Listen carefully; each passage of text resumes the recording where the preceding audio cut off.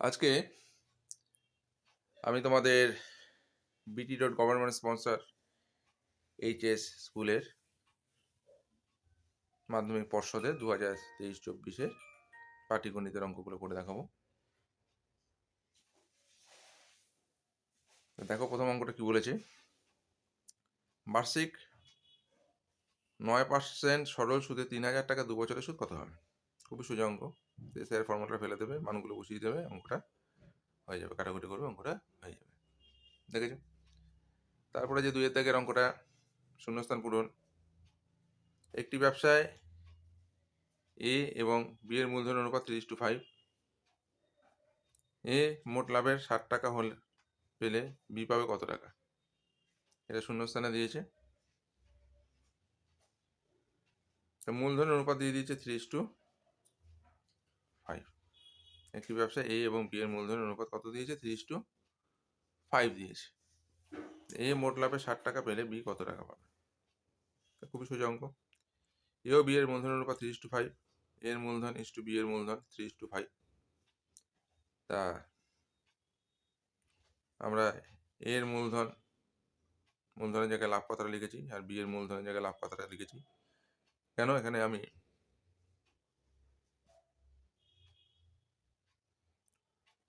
এ ও B এর মূলধনের অনুপাতে লভ্যাংশ বন্টন হবে। মূলধনের যেই অনুপাত, সেই অনুপাতে কি লভ্যাংশটা বন্টন হবে, তাই জন্যে মূলধনের জায়গায় আমি লাভ কথাটা লিখেছি। তাহলে এর লাভ কত?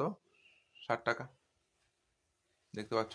আর বি এর লাভ কত সেটা বার করতে হবে। 3:5 ক্রস গুণ করলাম, এটার সাথে এটা গুণ, এটার সাথে এটা গুণ করলাম। তাহলে ক্রস গুণ করে কি বেরিয়েছে? 3 = 300। তাহলে বি এর মান কত? 3 গুণের আকারে আছে, এবারে ভাগ হয়ে গেল 300 টাকা। তাহলে বি এর লাভ কত হয়ে গেল? 100 টাকা। তাহলে তোমরা বুঝতে পেরেছো? এবার 3-এর দাগের একের অঙ্কটা দেখো। 8 টাকার বার্ষিক 2% হারে n বছরের সমূল চক্রবৃদ্ধি এইটা হবে। এটা সত্য না মিথ্যা সেটা তোমাকে দেখাতে হবে। সত্য মিথ্যা এটা করতে বলেছে 3-এর দাগে। দেখি আসে কি না। 8 টাকার সমূল চক্রবৃদ্ধি, 8 টাকার সমূল চক্রবৃদ্ধি হবে p × 1 + r/100 টু দি পাওয়ার কত? n। তাহলে p এর জায়গায় কত লিখলাম? 8 টাকা, মূলধনটা কত? আর প্রিন্সিপাল। আর 1 + r এর জায়গায় কত? 2r%, 2r লিখলাম। তাহলে কত? 100 টু দি পাওয়ার কত? n। তা দিয়েছে আমাকে এইটা n/2, কিন্তু এখানে আছে আমাদের কত? n। তাহলে কি হয়ে গেল? ওই বৃত্তিটা মিথ্যে হয়ে যাচ্ছে। 8 টাকার সমূল চক্রবৃদ্ধি ফর্মুলা ফেললাম, সমূল চক্রবৃদ্ধি p × 1 + r/100 to the power n। আর এর জায়গায় p এর জায়গায় r এর মানটা বসিয়েছি, 1 + r কত? 2r। তাহলে কত? 100 n। কিন্তু যেটা দেওয়া আছে সেটার সাথে আমাদের এই অ্যান্সারটা মিললো না। তাহলে কি হয়ে গেল? বিবৃতিতে মিথ্যে হয়ে গেল। তোমরা বুঝতে পেরেছো? তারপরে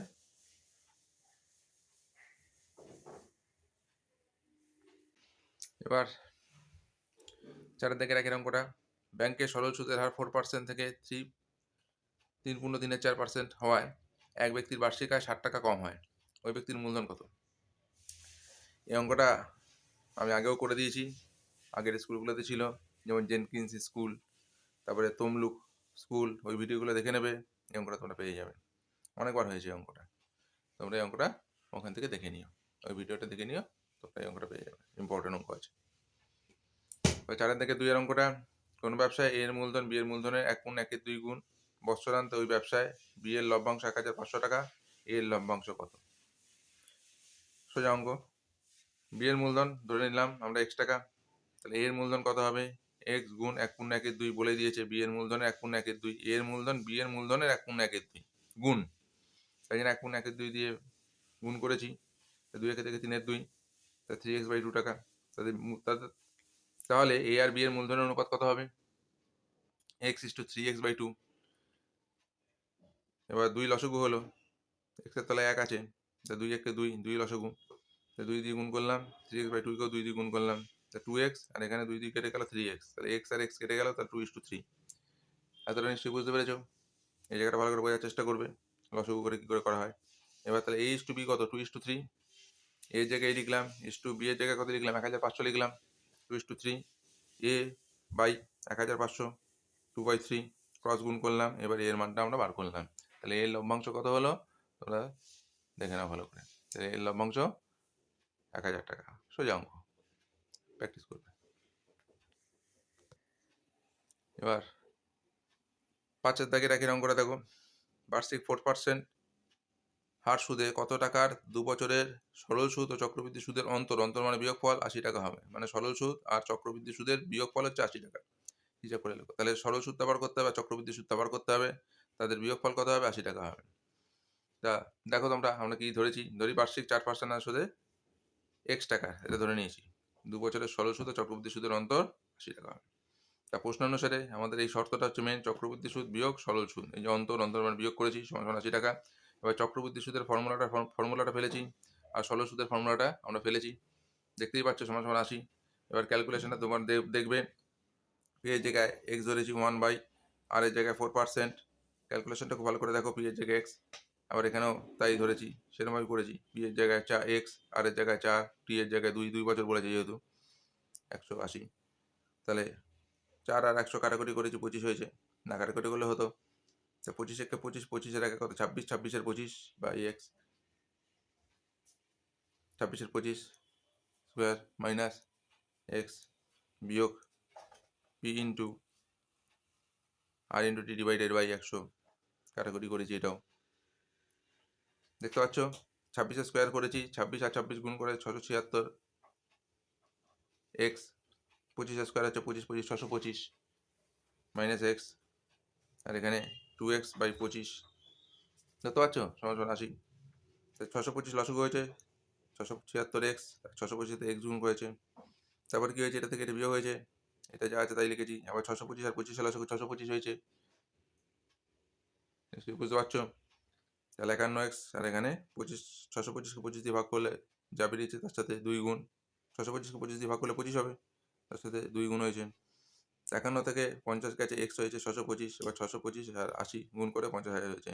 তাহলে বার্ষিক 4% হার সুদে 50,000 টাকা 2 বছরের সরল সুদ ও চক্রবৃদ্ধি সুদের অন্তর 80 টাকা হবে। ক্লিয়ার? ভালো অঙ্ক, ইম্পর্টেন্ট অঙ্ক। আর 5-এর দাগের যে 2-এর অঙ্কটা দিয়েছে সেটা সরল সুদ কষা, পাঠ্য বইতে এই অঙ্কটা আছে, তোমরা নিশ্চয়ই এটা করেছো, দেখে নেবে, টেস্ট পেপারটা খুলে দেখে নেবে, আর বইটাও খুলে দেখবে, একই অঙ্ক। এতদিনে তোমরা এই অঙ্কটা নিশ্চয়ই করে ফেলেছো, যদি না করে থাকো কমেন্টসে লিখে জানাবে, করে দেবো। তাহলে আশা করি তোমরা এই অঙ্কগুলো প্র্যাকটিস করছো, ভালো করে তোমরা প্র্যাকটিস করতে থাকো। সামনেই তোমরা মাধ্যমিক দেবে, এই অঙ্কগুলোর মধ্যেই এই ধরনের অঙ্ক তোমাদের আসবে আশা করি। তোমরা এগুলো অবশ্যই দেখবে, আর এই গণিতের মজা চ্যানেলটা অবশ্যই সাবস্ক্রাইব করে দিও, নতুন নতুন ভিডিও পাওয়ার জন্য, নতুন নতুন অঙ্ক, নতুন নতুন সাজেশান, সম্ভাব্য প্রশ্নপত্র মাধ্যমিকে কি আসতে পারে